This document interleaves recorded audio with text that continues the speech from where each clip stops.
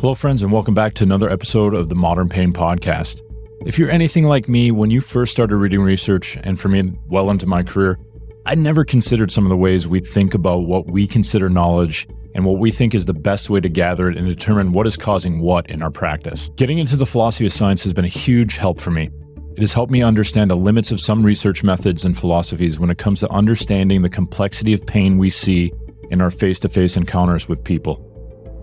This week we had two philosophers, Rani, Lill, Anjum, and Elena, Rocca, on to discuss these issues and how their newly released book really gets into these issues to help us better recognize the challenges we face in science. Rani spoke to their past work on the CauseHealth project and how frontline clinicians became very interested as it spoke to the challenges they saw in some of the foundational science in their own practices. First, we wrote from the CauseHealth project. We wrote this book, Rethinking Causality, Complexity, and Evidence for the Health Sciences. And what was really interesting during that project was to see how also practitioners in the health sciences got so engaged in quite deep philosophical discussions about like the foundation for their own practice.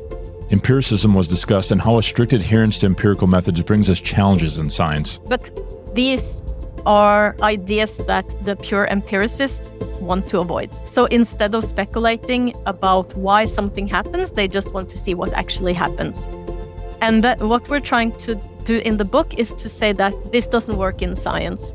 It doesn't work as a program to say that we're going to assume nothing. We touched on philosophical biases in research and how they often go unspoken about in conferences. If you have this idea of which evidence you trust the most, or the thing that you value the most, or that you're afraid, the error you're afraid to make the most, this will not change because of new evidence at least. And we call them philosophical bias. But what we can do is to talk clearly about these ideas that go unspoken in these meetings where I am, at least. If you work with patients dealing with persistent pain, you likely already know that many of them are never represented in research studies we're using to make clinical judgments in regard to the care we are providing for them. When we have science generated from data that are supposed to be kept like clean and to get like same cause, same effect under the same conditions or similar conditions, and they exclude most of the population or at least half of the population, then the question is like, how relevant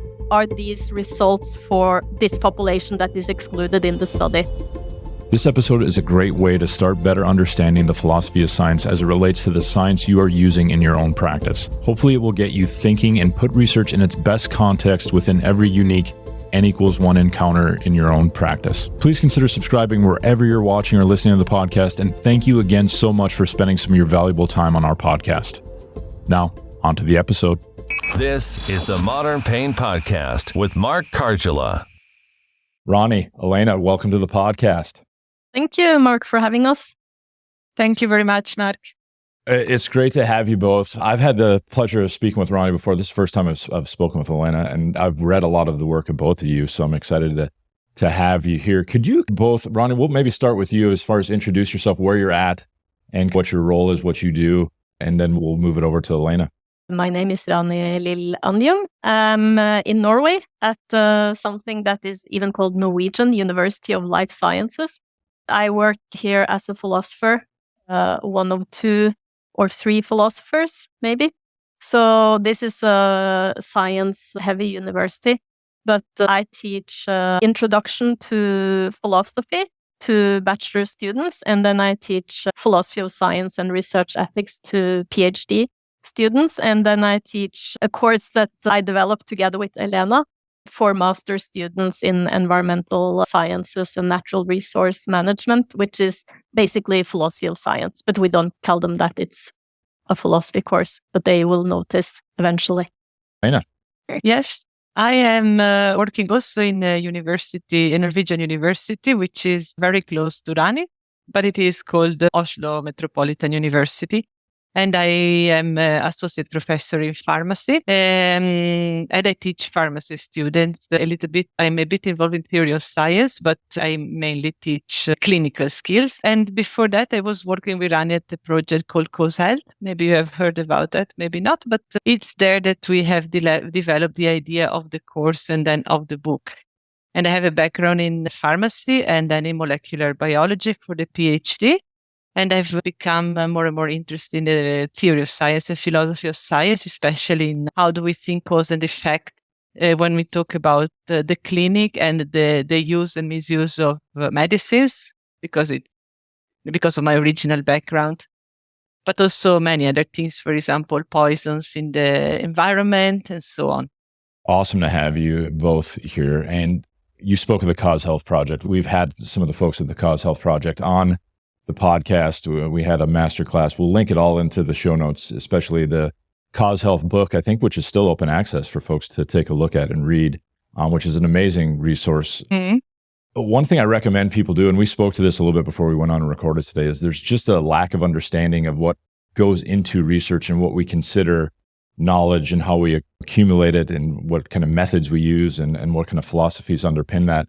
I'm wondering, I mean, this could be, obviously, you teach probably whole semester courses that discuss this, so we'll try to distill some of this into a 45-minute podcast, but I'm wondering if you can speak to a little bit about the book, what kind of prompted the book, and kind of what your goals were with it. First, we wrote from the CauseHealth project. We wrote this book, Rethinking Causality, Complexity, and Evidence for the Health Sciences. And what was really interesting during that project was to see how also practitioners in the health sciences got so engaged in quite deep philosophical discussions about like the foundation for their own practice.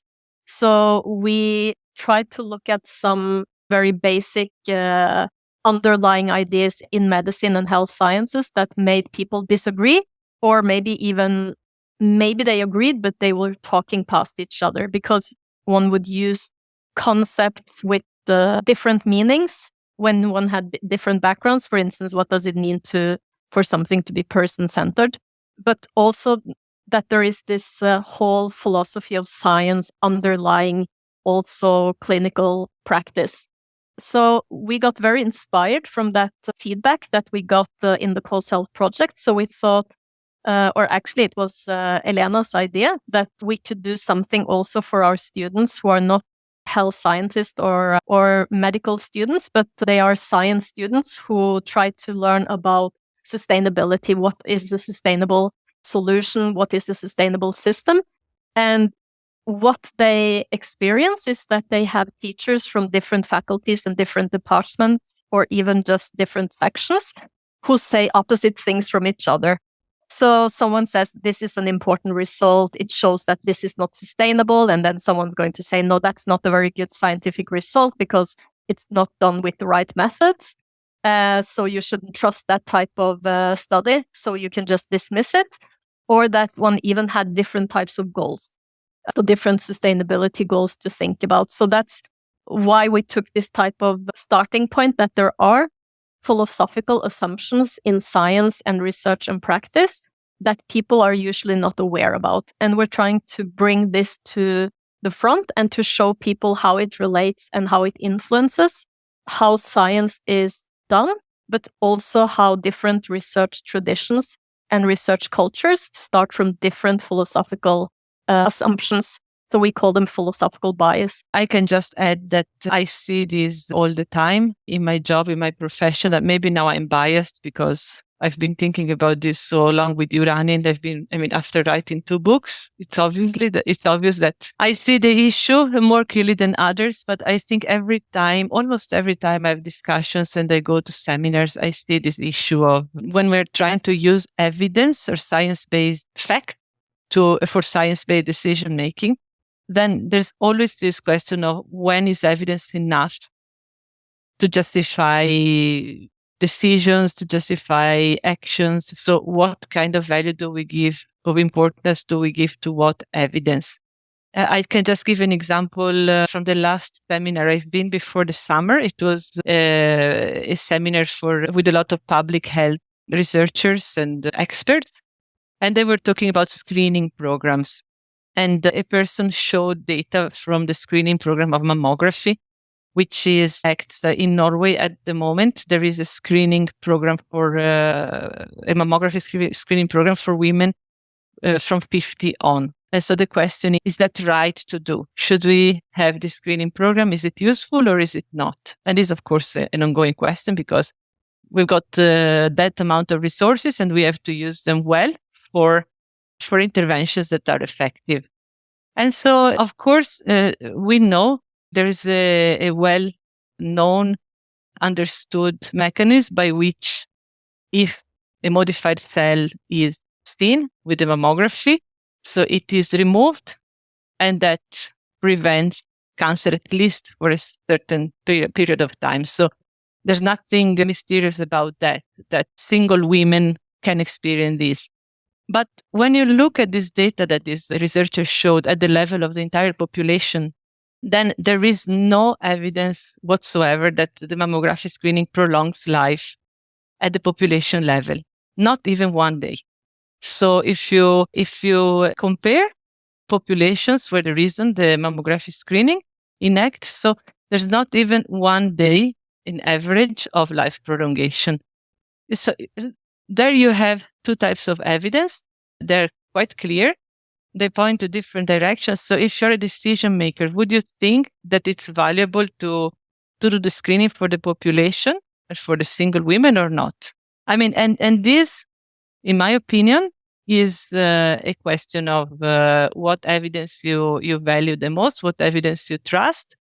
Also a question of what kind of consequence is the worst for you if you make a mistake. And these are all things that we call philosophical bias, because these are not going to be settled by any type of new evidence.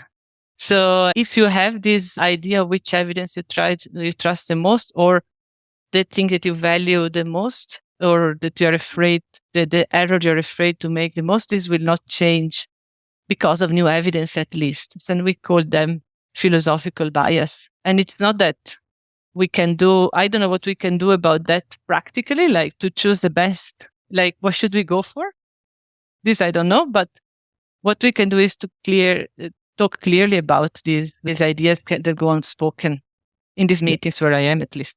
I would definitely agree. I think philosophical bias, I don't think a lot of just like definitely everyday clinicians understand that philosophical bias that goes into it. You spoke to some of the challenges with like population research, where we're talking about big groups and means and things and averages, where, you know, sometimes the uniqueness of some of the people like we see face to face in clinic gets lost within those means and averages and things like that.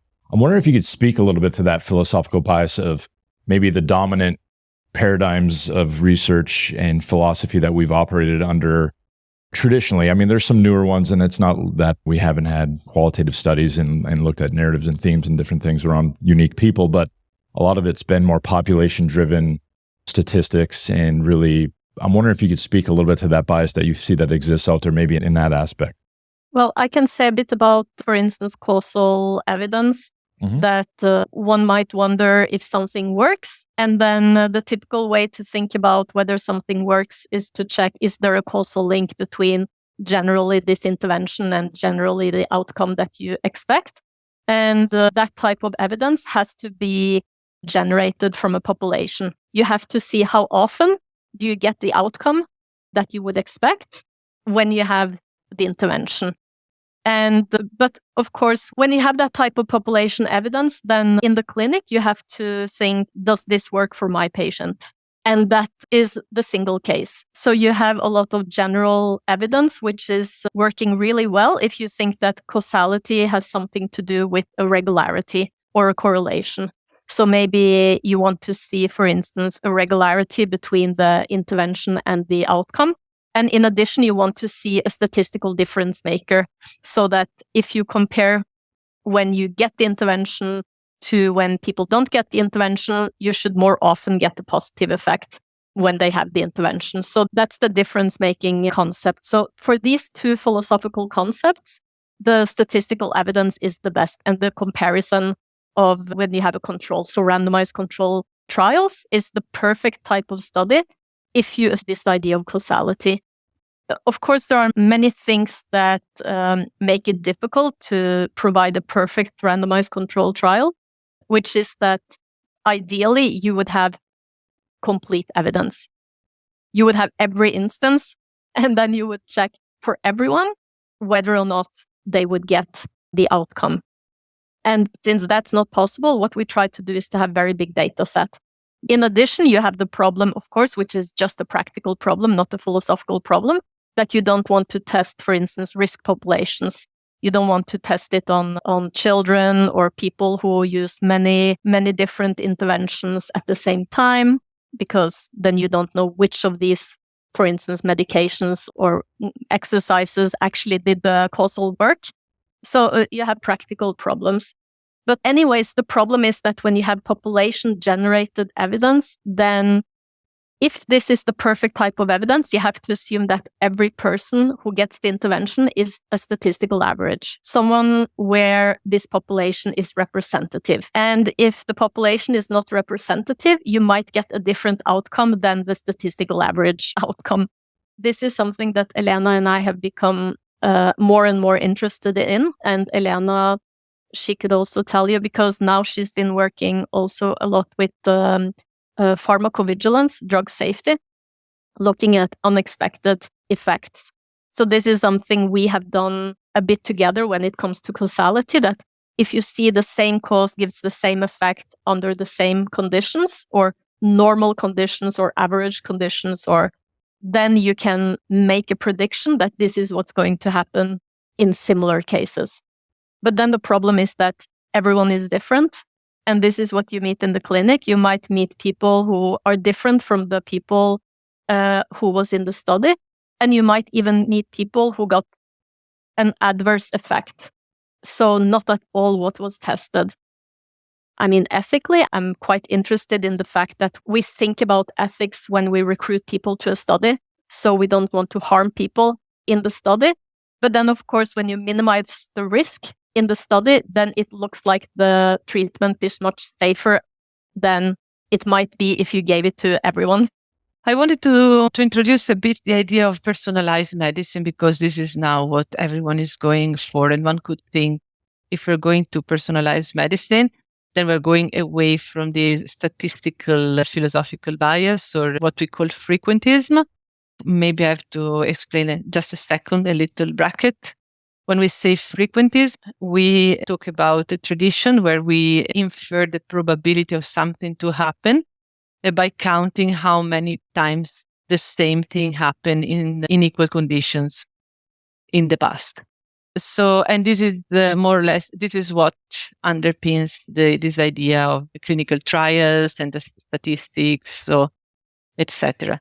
And when we talk about personalized medicine, I wanted to point out that we still have a different philosophical bias within that too.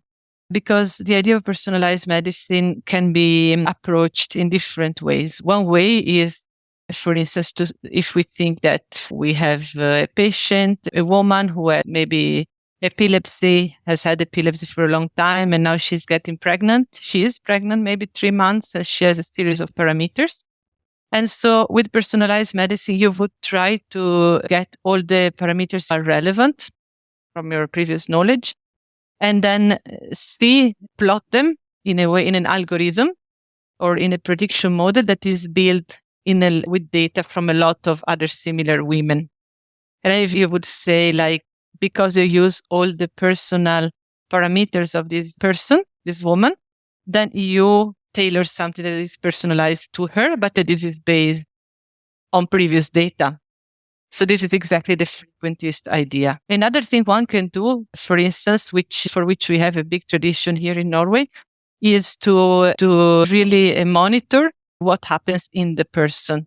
For instance, one can, if now I decide to keep treating this woman who's sick, she needs to be treated in pregnancy.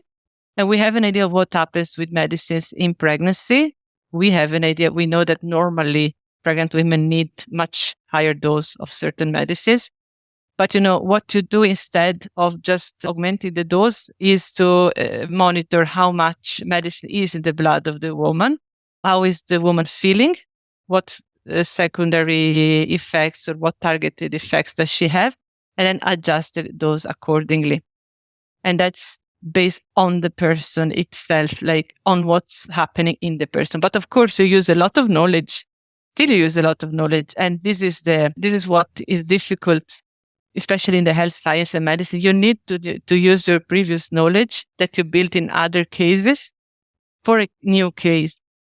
This is always something, either that you use the statistics or that you use your theoretical knowledge.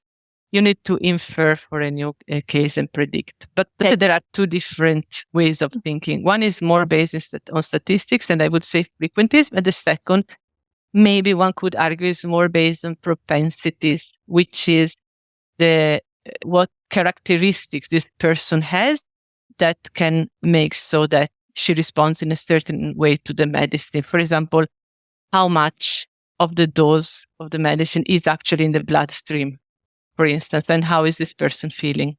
Yeah, because then when you talk about propensities and individual propensities, you would think about what are the properties of this person and what are the dispositions of the intervention and how do they interact together. And once you talk about this, it's not necessarily so that you have to think in every single similar cases, this leads to that.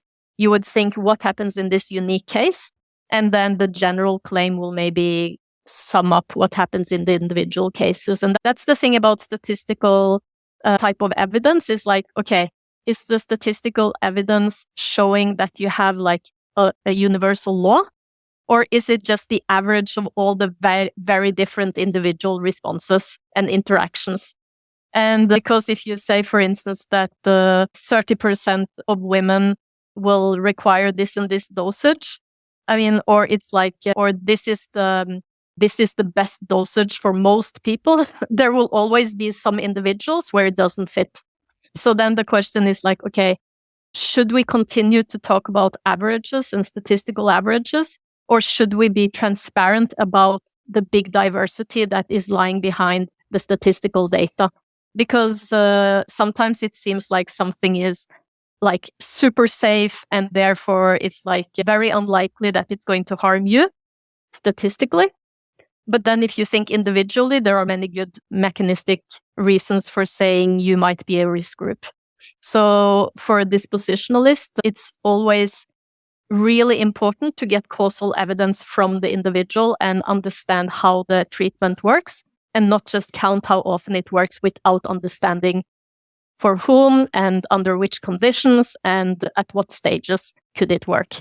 I love how you brought in dispositionalism, and I know I've found with what Elena was speaking to as well, as far as I think it gets to a little bit about what you had spoke to in the book, a little bit about observation as well, as far as like empirical observation versus some of these things that might not be perfectly measurable or quantifiable in a human that we can observe with our senses and put a number on it and have that make us judgments where there might be these, like you said, these dispositions that lie within people that might be, or within situations. I'm wondering if you can speak to, I guess, maybe a little bit of the tussle between empirical, observable events versus some of these dispositions that may not be perfectly something that's easily observable in a very tightly controlled research setting. I wonder if you can speak to that, especially when it comes to some of our complex pain patients. If you're working with complex pain, they often do not fit the standard of what population studies are as far as what founds a lot of these frequentist statistics and things that you speak of. I'm wondering if you could speak to a little bit of that challenge between balancing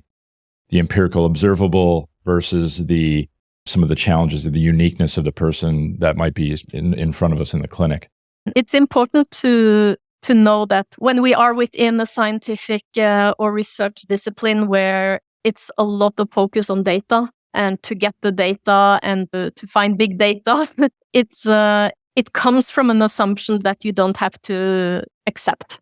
So empiricism is the idea that science and research should be all about the observed facts. And that if we had all the facts, we would also know all the theories that are correct. But because we don't know all the facts, we never know the full theory. So it's better to just stick to the facts. So then instead of saying that this is in general happening because there is a mechanism or there is a law, one just says, okay, the only thing I can say is that we observed when we did this happened for so and so many in this population. So you spend a lot of time just describing. And what's happened in medicine and healthcare, but also in many social sciences over the last decades, is that one started to do this type of purely empirical studies and trying to put less emphasis on theory. So theories of mechanisms and explaining why something happens is really difficult. So for instance, if you want to say, why do people behave the way they do? Is it because of, so why do we develop the character traits that we have? Is it because of our upbringing? Or is it because of what happened in the Stone Ages? Is it because of social constructs or historical situated explanations? Or is it because of brain structure? So all of these theories give rise to different types of disciplines and research programs, but they all start from a non-empirical assumption. So what they are trying also to prove. So you might try to prove that it has something to do with genes, or you might want to prove that it has something to do with brain structure. But these are ideas that the pure empiricists want to avoid. So instead of speculating about why something happens, they just want to see what actually happens. And what we're trying to do in the book is to say that this doesn't work in science. It doesn't work as a program to say that we're going to assume nothing. We're just going to get the facts. So this is also something that inspired me from Elena, because she was talking about in her own research how disagreements, for instance, in science wasn't settled just by facts. So we started to look at everything that is not observable in science and research. So we tried to explain to people why this kind of positivist idea that science should stick to the facts, and then politicians and philosophers and religion could talk about what we ought to do and how things might be. So, I mean, one of the things that we argue in the book is that, for instance, what is the best method? I mean, it's not like you can do a study comparing different methods to see which one gets it right.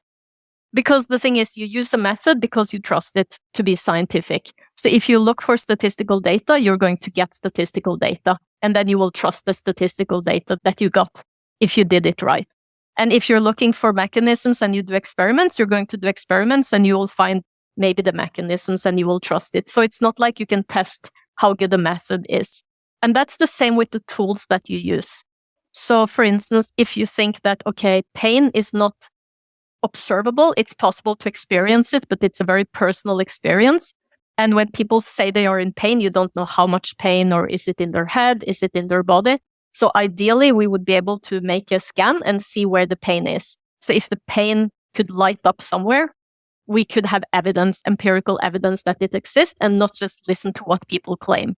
And there is a move now to try to make, I would say, maybe a bit fake quantitative empirical results by telling people to report on a scale from 1 to 10, maybe, or 1 to 5. And then you get numbers, and then you get the frequencies, and then you can I don't know why this is seen as more acceptable empirically. I just, while you talked, I took notes because I was inspired exactly. I had two things I have to say, and one is exactly that, which is that actually, and this is also one key point that we want to express in this new book, is that this is entirely or a lot discipline specific. So it is not that we cannot say that it is an universal thing that the frequent is biased, or in this case, the empiricist bias is the dominant, or at least the bias that downplays the mechanism. It's not in all disciplines. For instance, I come from a PhD in molecular biology. It was in let's say molecular biology, but it was applied in order to understand the function of some genes. And in that case, what you would do was the typical correlation experiment. You would knock out a gene from the genome of a mouse and see what happens in the mouse, the phenotype. And that is a typical correlation, but that would not be enough for a PhD, would not be enough to publish a paper. What constantly we were told we should find out was why. You have to find the mechanism, otherwise you don't have enough to publish a paper. So in that case, you would want to know what happens, why, how this gene is essential for that particular trait. So it is discipline specific, and this is also something that we want to show with this book. It's someone has tried to talk about where these philosophical bias or basic assumptions, as someone else calls them, come from. And there are different theories. Are they like innate, someone said? Do they come from your profession? Do they come from what you studied? I mean, we don't have an answer to that. We can just acknowledge the different theories, and we can acknowledge that they are most of the time discipline specific. And then the second thing I was inspired by you, Rani, to say is that when you talked about empirical and about things you cannot observe, one problem is also that many times, especially in medicine and in the pharmaceutical sciences, and which involves pain, a lot of pain, because there is a lot of radicalization of pain. When you want to measure something, we talk about statistics, and then you have to have a way to give a number to an observation, what we call operationalization. And then it's not that you don't observe things. It's not that you don't see, for instance, that a person changes their mood because of pain or is unable to concentrate because of pain, let's say. But it's difficult to translate that into numbers. And then it's difficult to get to the statistics. So that it's difficult, like it becomes not observable in a way because you cannot number it in this tradition. But I'm sure that many clinicians would say that these things are perfectly observable, and especially the patients who experience this. For instance, we have written and we have submitted now an article together with Christine Price, which is a chronic pain patient, where she tells about her experience with a medicine that was used to cure her chronic pain. It was back in 2000. At that time, there was a medicine. It was an old class antidepressant that was used also as a painkiller. And she said that she had a series of untargeted effects, what you call side effects from this medicine. And she was very sure that that was linked to the medicine. But these were very difficult. So, for instance, she would have difficult vision, strange disturbances at the vision, but of the type that even not the optician could see in a way, like could measure. Then you cannot measure, and then it becomes invisible. But it's not that it wasn't observed. It was observed by her very well. I'm wondering if because I like how you're talking about the operationalization of things. And one of the things that always drives me crazy clinically is we take this massively complex experience of pain that often has so many individualized factors. Obviously, there's some standard, more researched, empirically driven data and factors that we know of too, but also very unique to the person factors of their life, their story, their narrative. Tina Price is one person we've spoke to a bit in the past. She's amazing and a great advocate for patients in the space. I'm wondering, because you guys do a great job in the book of pointing out some of the challenges of science and methodology and some of the philosophical assumptions. Obviously, the philosophical assumptions of this operationalization is more the empirical. I needed to have some sort of quantifiable number so I can run frequentist statistics and be able to run some of these data-driven approaches with it. Could you speak to either Elena or Rani and Rani, I know you've touched upon this a little bit with your discussions on dispositionalism and stuff, but what are some, like, for clinicians who are trying to maybe we can't perfectly put this in a mean or average, what are some other maybe philosophical kind of things, maybe you can touch into more dispositionalism or things that can help a clinician when maybe these things aren't perfectly observable? And some of the great examples that Elena spoke to with, like, obviously Tina was definitely observing them. They weren't perfectly measurable. So in the science eye, sometimes they become these invisible kind of phenomenon, the metaphysical maybe. I'm wondering if you could speak to how clinicians can maybe think a little bit differently philosophically around some of these things that aren't perfectly quantifiable, I guess would be my roundabout way of asking that question. Well, it's about the philosophy behind it. I think that what at least I learned from Rani and helped me when I was thinking about my issues, which at the time was not clinics, but it fits the clinics as well, is this idea of causality and uniqueness. So that what Rani says is that it is the single instance of causality that she says is the true maker of the causal law. Is it true, Rani? This is what you say. So, and this was really, for me, the first time I heard it was like a ha experience and then for the first time, I thought that you can think in two ways. And usually this is the second way we're used to think, or I am, which is like, I know about a causal law or a generality.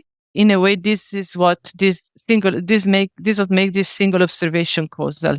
For instance, I know that now I am very sorry for all these drug examples, but this is what I know about. But I know that ibuprofen causes stomach ache many times. And then I see a patient with that case, ibuprofen patient with stomach ache. So that is the generality makes the single case in a way true because I know about that. But what this now you have to correct me, Rani, because that's very philosophical. That's not my main field. But what you say that causality happens in the single case, that it is what happens in that patient that makes the general law or the generality in a way valid. Can you explain it a bit better maybe than me? Because I didn't feel I could say it very well. No, but I would say maybe when we talk about causality in general terms, we are maybe saying something about a mechanism, but then a mechanism will always be complex. There will be different factors and different properties and different circumstances that will be relevant and interact with. So I'm thinking, for instance, all the time I have known like menstrual pain. I have known that some people I know struggle with extreme pain, and for maybe 2 to 3 weeks every month, and the normal response from the doctor is like, okay, maybe you take some painkiller and rest a bit, but they will assume that people have a very low pain threshold. And of course, more recently, it's become more and more known that this is a serious illness. And I heard the same. I think we talked about this yesterday, Elena, with the pregnant women being nauseous, and then some experience that throughout the whole pregnancy they are extremely nauseous, and they're so nauseous that they keep throwing up everything they eat and get very sick. And also, they have not been taken seriously. And I think this idea that there should be a kind of average, normal response that is what the science is about, and then some people are just overreacting or maximizing their experience to get more attention or whatever. I mean, this is the problem with the so even though something is observable, it's observable to the individual. But scientifically, you have to be able to observe it as a neutral observer from the outside. And this is what I remember Stephen Mumford and I, we were talking about causality from the empiricist perspective, where one would say, well, the only thing we know about causality from David Hume's perspective is that when you look at the billiard ball table, ball A hits ball B and then the ball B starts rolling. But we don't see that there is a power or a force. But then if you think of what you experience on yourself, you will experience if someone pushes you, or if you are like fall onto something, or a rock hits you, or you will feel all the powers on you. But the thing is, from the outside, Hume, he pretends that we're all on the outside of the world looking in, trying to get evidence that other people have the same type of experiences as us. And it's also sometimes called the problem of other minds, that you don't have access to other people's mental states. So we don't know if people feel the same as me when I say I'm really sad or I'm in love or whatever. And this is also how we treat animals, because they cannot tell us anything. We are just like, well, fish, they do all this wiggling when you fish them, but it's probably not pain, because they don't cry. Or even if you cry, it's like input, output. So if we could see something in the brain, if we could measure something, it would be more reliable scientifically. And I think when we are stuck in that type of idea about the world, we are not doing ourselves a favor, because we get so much relevant and important knowledge about what's happening when you get access to people's experiences. So we talked about this in the CauseHealth book, how important it is with patient stories and to hear about patients' experiences leading up to their troubles. So whether it's how they got ill or what happened when they got what they thought was a bad reaction from a medicine, for instance. So the stories are not something that people are trying to lie to us or influencing our decision. It's actually causal information from the disposition's perspective, because they can tell us something about all these different elements that came together and produced this result. So instead of doubting that people are having these reactions, it's actually us denying them a place in the evidence. But it's also because we think of evidence as something that happens in a study. And that's what I don't like about this anecdotal evidence term, because it sounds like if you, Mark, tell me something that you experienced, it's just an anecdote. But if you answer a questionnaire after being part of a study, then it's evidence. And I don't understand the difference, because it comes from you anyway, and it's about your experience. So why aren't these anecdotal stories, why are they not considered more important as evidence generating, like knowledge generation? So this is maybe also what you were talking about, Elena, when you talked about our paper with Christina Price, that her experiences, because they were so unique, they weren't believed. They weren't believed to be proper because the evidence from the population said that this is not from the medication, so it cannot be a side effect. So we were missing out on information about side effects because people like her were not trusted. And today we know more because they also collected more evidence. So I just wonder, when does something become evidence? Is it when there is a scientific community that says, okay, now it's evidence. Now we have enough to start counting. And there's a whole chapter I know you dedicate in the book about some of the challenges of like science as part of a community and how our structured communities can sometimes weigh to what we rubber stamp as this is data and this is now declared science versus other communities that might have their different viewpoints on it.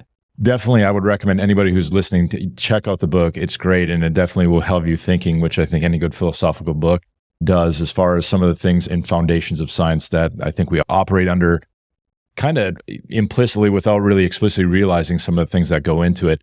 One of the kind of fascinating parts of it was, I think chapter 4 of your book spoke to some of the gender issues in science that go on in this concept of the reference man, and how maybe some of these populations were not very representative of a diverse world population. I'm wondering if you could speak to a little bit of what you were speaking to in regard to some of those gender issues and challenges in science and research that you saw.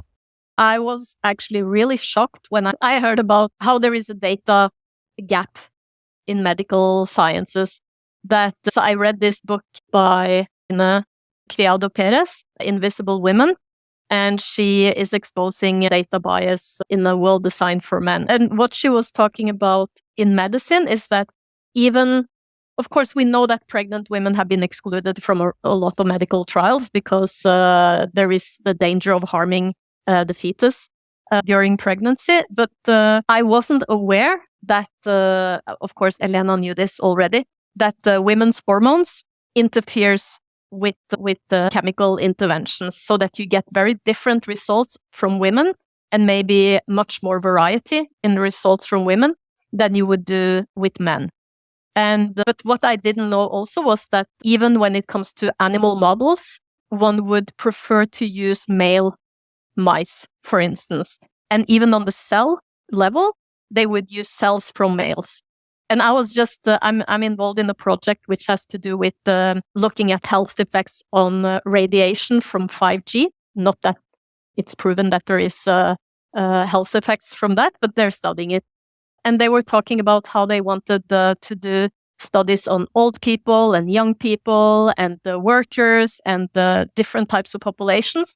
And the study on young people, they explained how people would be using these devices and walking around in the city in high radiation areas. And it looked like a very good study, but then they said, of course, they couldn't have women who were on hormonal birth control, and they couldn't have women who were at a certain stage, I don't know the name for that, of their menstrual cycles. So then I looked up how many young people actually use hormonal birth control, and it was most of them. So it means that, and also if you then exclude the people from in their menstrual cycle, it just means that there couldn't be very many women in that study. And I mean, when we have science generated from data that are supposed to be kept like clean and to get like same cause, same effect under the same conditions or similar conditions, and they exclude most of the population or at least half of the population, then the question is like, how relevant are these results for this population that is excluded in the study? And I mean, the more I read about this data bias, the worse it gets, because I also didn't know until very recently that almost all of the behavioral science and psychology studies, that they were done on American students in the faculties where the studies were carried out. So Heinrich and colleagues, they looked at these types of studies, and they found that all of these results that we use were from American students, or maybe from the Netherlands. A couple of the studies were from there. And they call these type of students, they call them weird samples. So weird is an acronym for Western educated, industrialized, rich, and democratic. Did I mention that twice? Was it correct? You got populations. And Heinrich and colleagues, they say, well, how many globally do they represent? And they found the number was 12% of the global population. And so this is like, I mean, the more I hear about how narrow research actually is and how little distribution there is of where we collect results and who benefits from the results and who pay the cost of results. So now they call also a certain type of studies, I think they call them parachute researchers, people who travel, for instance, to African countries. They do the samples and then they go away and then they publish in American journals or European Anglo-American journals. And no one who were collected the data from actually ever hear about the results or benefit from the results. So it's like, this is what feminist philosophers of science have said for decades, that science is all about the interest of the powerful people globally and in general. So you have so if you think of what diseases do we know anything about? Very little, for instance, about tropical diseases, because who has them? Well, we don't know any. But malaria, for instance, Englishmen would get it when they went to Africa, so it's very important to cure. So you see, it's like, who decides this is where we should put our money?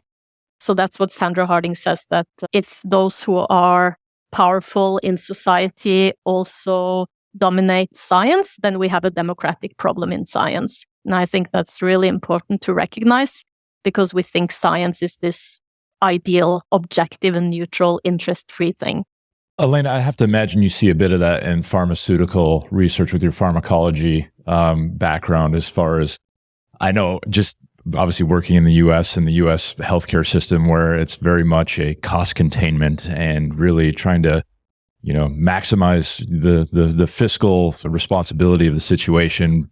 And people often get left in the dust, unfortunately, which drives me crazy. But we could have a whole podcast series on that issue. But I'm wondering what in your perspective is with some of the same things Rani says when it comes to like pharmaceutical challenges we see across the world, where we have it being done with very tight, populations that aren't probably best representative of the breadth of humanity who might be served by some of these medications. Yeah, as you say, there's of course a lot of, maybe the mother issue is in pharmaceutical companies with this, because of what Rani already said in clinical trials. Of course, now there are many more methods raising, which are more observational, and that try to include these populations that are often excluded or always excluded. For instance, pregnant women, but also sick or children. So they're included in these observational trials because there you're allowed to do it because you don't give any intervention. So you just observe what's happening. So one thing to say is that, of course, the countries that have the best possibilities for these kind of trials are the Scandinavian countries, or at least countries where the system is so well developed that you have registries, if you're talking about registry studies, or at least if we're talking instead about other types of study, which are cohort studies where you follow population for a very long time, then you also need to have the economical possibilities to do that. So we're still in that. We go back to that point where we have very little part of the population, world population represented for now. But I hope that we're going in the direction, in at least better direction, at least for monitoring safety of drugs. So we have a big database of observations that happens in the clinic. So I would really like to say, if clinicians are listening now, that really there is an important way of evidence going from the clinic to the science, and not only from the science to the clinic.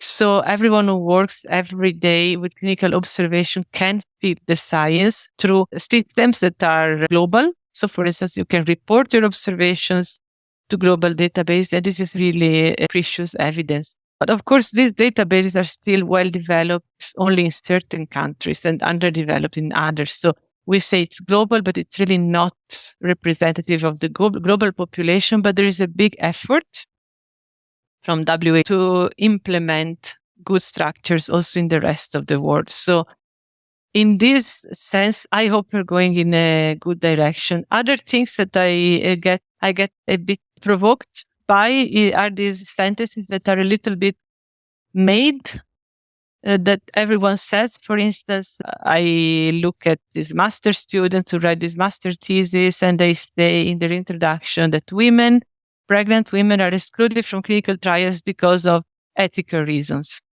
Now, I am not an ethicist at all, but why is it unethical to include people in trials if they say that they want to be included? Of course, there's a problem of hurting the fetus, but we know that in many conditions, the fetus is hurt if the condition is not treated.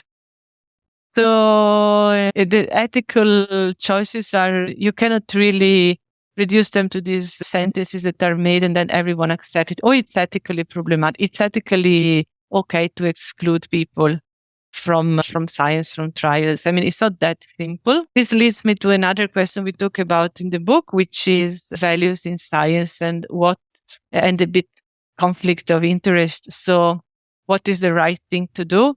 Depends on, of course, who does the science. And there's a lot of talk about that. A lot of philosophers have talked about that. And what we highlight in the book is this idea of thinking, what if I make a mistake?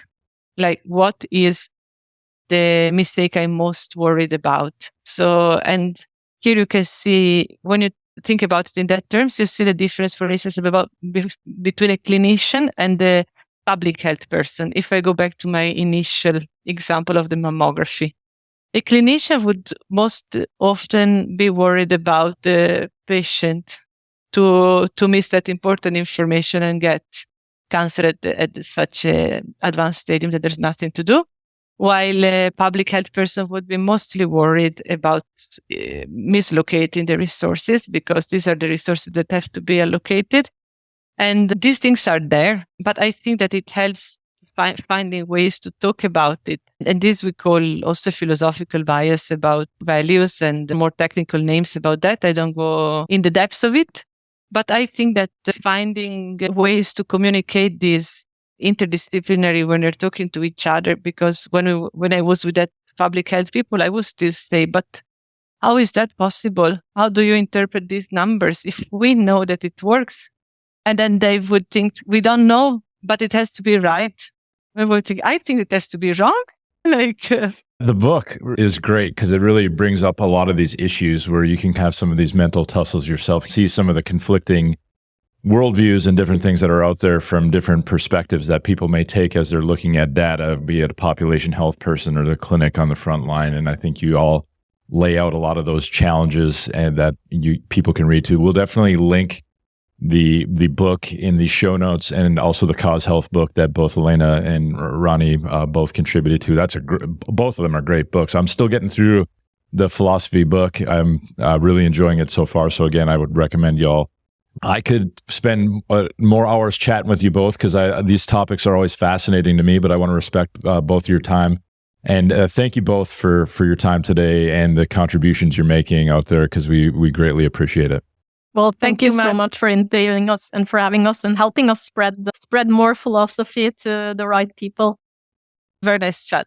I thank you both. And it's one of those topics that came into my world probably 10 years into my career, and is one that I think I wish we would have students understanding this before they enter clinical practice, because it would help them navigate this tug of war of big data and unique people a lot more smoothly. Not that it's always a smooth thing, because there's always going to be challenges and different variables. But again, thank you all for listening. If you're watching this on YouTube, make sure you subscribe. If you're listening to this, we'd love if you could subscribe and maybe even leave a review, and maybe share this with some of your colleagues who are trying to have some of these philosophical discussions and navigate that in their own world. So we'll leave it there this week. We will talk to you all next week.